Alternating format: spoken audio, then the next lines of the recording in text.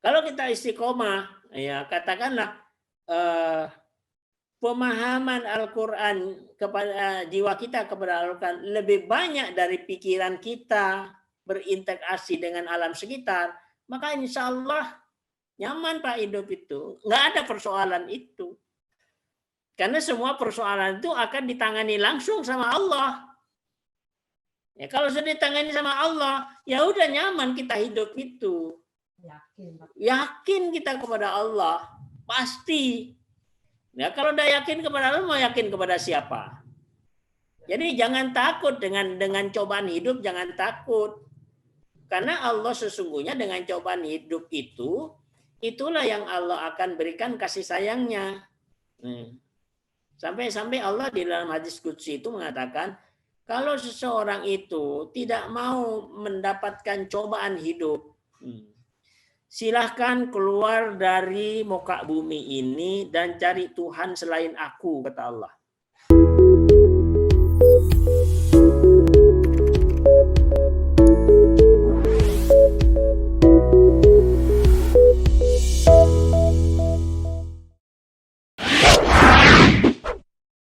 Bacanya, Bah? Ya, monggo.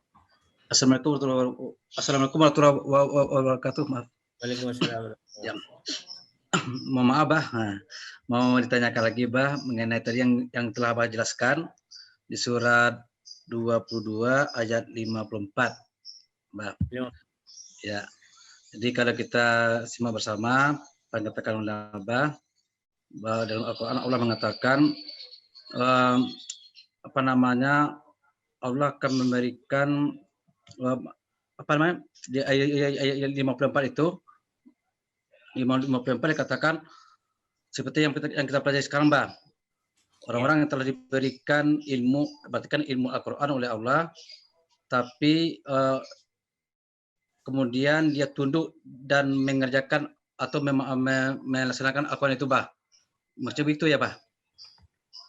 Maksud saya ulangi lagi. Allah telah memberikan ilmu, maksudnya ilmu yang diberikan oleh Allah itu adalah ilmu Al-Quran. Kemudian dia beriman dan tunduk hatinya untuk mengerjakan atau melaksanakan Al-Quran itu.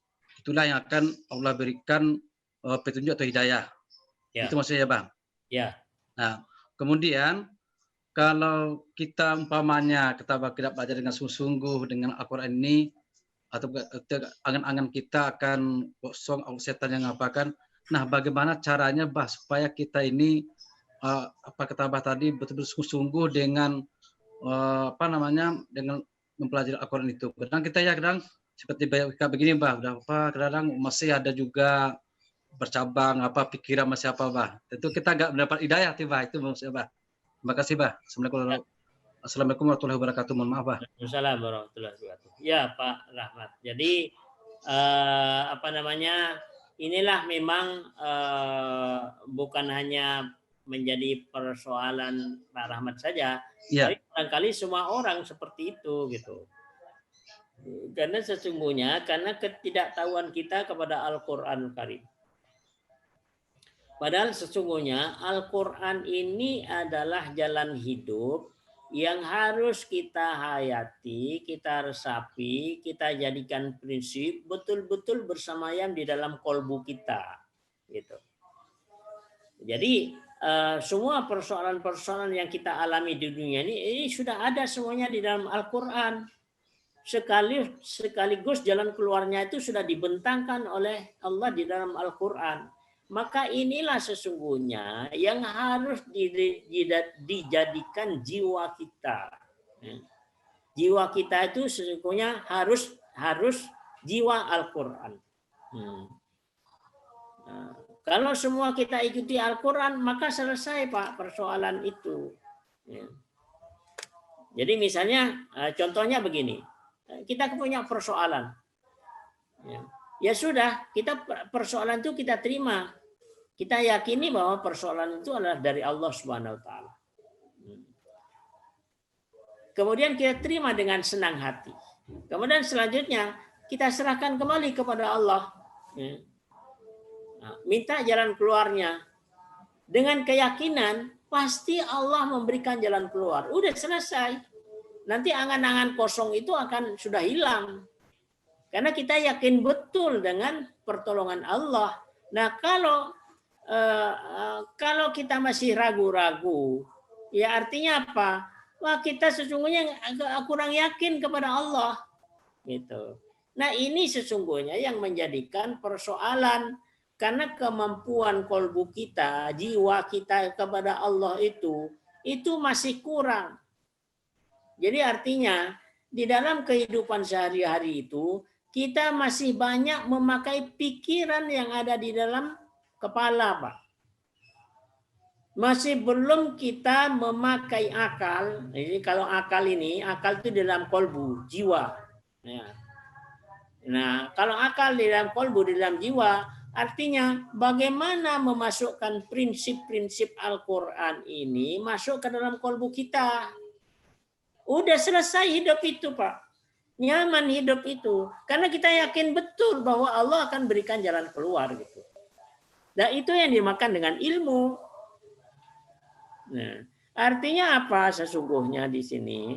Bahwa kita memang dituntut oleh Allah untuk membaca secara istiqomah, isinya, resapi, maknanya, masukkan ke dalam jiwanya, menggumpal menjadi satu keyakinan kehidupan. Kalau sudah seperti itu, udah selesai hidup itu, Pak. Karena nanti Allah sendiri yang akan mengatur kehidupan kita ketika prinsip-prinsip Al-Quran ini kita masukkan ke dalam kolbu kita. Nah, sekarang ini persoalannya adalah kita lebih banyak berjalan dengan pikiran kita di muka bumi ini, apa yang kita lihat, apa yang kita dengar, itulah yang terekam oleh memori kita yang ada di kepala. Makanya jadi pusing. Ya. Maka sekarang harus dirubah polanya. Bagaimana kita banyak membaca Al-Quran, pahami maknanya, resapi, masukkan ke dalam kolbu. Semakin banyak itu kita lakukan, maka akan semakin menghilangkan pikiran-pikiran kotor itu. Sehingga artinya apa? Kita ini lebih yakin kepada pikiran kita yang ada di kepala dibandingkan dengan kepada Allah. Allah yang sudah dituangkan di dalam Al-Quran, mestinya itu kita masukkan ke dalam kolbu kita. Maka itulah sesungguhnya yang menjadi pokok persoalan. Persoalan ini bukan hanya persoalan Pak Rahmat saja, ya termasuk saya juga gitu. Ini masih menjadi pokok persoalan. Sampai sejauh mana sesungguhnya prinsip-prinsip Al-Quran ini kita baca, kita resapi, kemudian kita masukkan ke dalam kolbu kita menjadi satu prinsip-prinsip kehidupan. Kalau sudah itu yang dilakukan, udah selesai hidup itu, Pak. Nggak ada yang namanya resah, gelisah, bengong, nggak ada itu.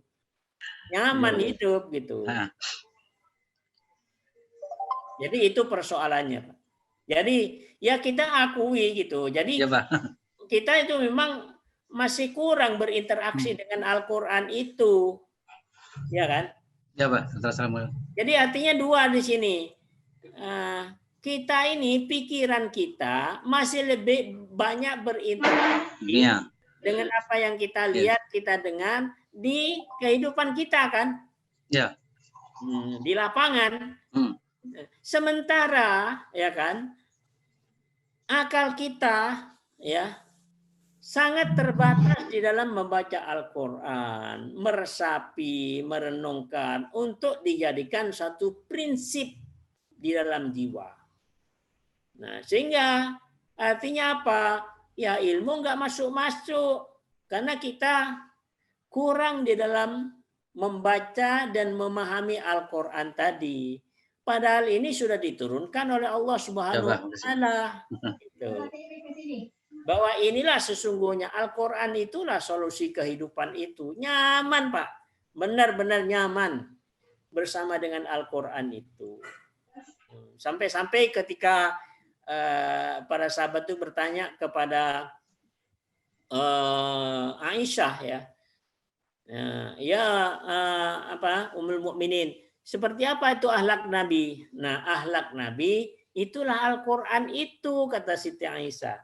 Jadi benar-benar Nabi itu sudah betul-betul memasukkan Al-Qur'an itu masuk plek ke dalam kolbunya, udah nyaman hidupnya itu. Gitu. Nah, itu yang menjadi persoalan, Pak. Ya semua orang gitu. Jadi misalnya artinya apa? Masih terlalu minimnya atau terlalu kurangnya kita berinteraksi dengan Al-Qur'anul Karim. Iya enggak? Masih kekurangnya, minimnya kita memahami, meresapi Al-Qur'anul Karim. Sehingga kalau kita mendapatkan persoalan, akhirnya jadi panik, ya itu. Ayat kauniyahnya itu. Karena minimnya kita meresapi Al-Quran masuk ke dalam jiwa kita. Kalau kita istiqomah, ya katakanlah pemahaman Al-Quran kepada jiwa kita kepada Al-Quran lebih banyak dari pikiran kita, berinteraksi dengan alam sekitar, maka insya Allah nyaman Pak hidup itu. Nggak ada persoalan itu. Karena semua persoalan itu akan ditangani langsung sama Allah. Ya, kalau sudah ditangani sama Allah, ya udah nyaman kita hidup itu. Yakin kita kepada Allah. Pasti. Ya, kalau udah yakin kepada Allah, mau yakin kepada siapa? Jadi jangan takut dengan cobaan hidup, jangan takut. Karena Allah sesungguhnya dengan cobaan hidup itu, itulah yang Allah akan berikan kasih sayangnya. Sampai Allah di dalam hadis qudsi itu mengatakan, kalau seseorang itu tidak mau mendapatkan cobaan hidup, silahkan keluar dari muka bumi ini dan cari Tuhan selain aku, kata Allah. Mau keluar kemana, Pak? Gitu kan? Keluar dari bumi, mau keluar kemana? Sudah suruh keluar dari bumi, suruh dari Tuhan selain Allah.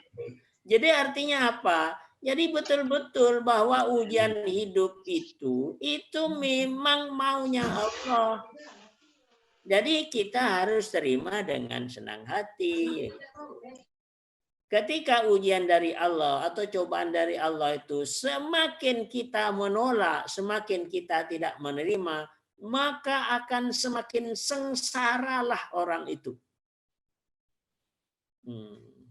Catat baik-baik itu. Semakin tidak menerima, semakin sengsara. Karena tidak pakai resepnya Allah gitu. Kalau pakai resepnya Allah, terima dulu karena itu pemberian Allah. Terima dengan senang hati. Nah, baru di situ nanti Allah akan berikan jalan keluar itu. Maka marilah artinya kita masih diberi kesempatan oleh Allah Subhanahu wa taala untuk menjadikan Al-Qur'an ini sebagai pedoman hidup, meresapi isinya, jadikan kita Al-Qur'an itu, maka udah selesai apa hidup itu. Maka karena kita bersama-sama dengan Allah, Allah sendiri yang akan menuntun dan akan menyelesaikan persoalan. Yang kasih persoalan Allah, yang menyelesaikan sendiri juga Allah. Udah tenang kita itu. Kita cuman dekat saja dengan Allah, udah selesai. Gitu. Ya, Bah. Barangkali itu Pak Rahmat. Ya, Bah. Terima kasih banyak, Bah. Mudah-mudahan ini pencerahan yang paling enak, Bah. Ya.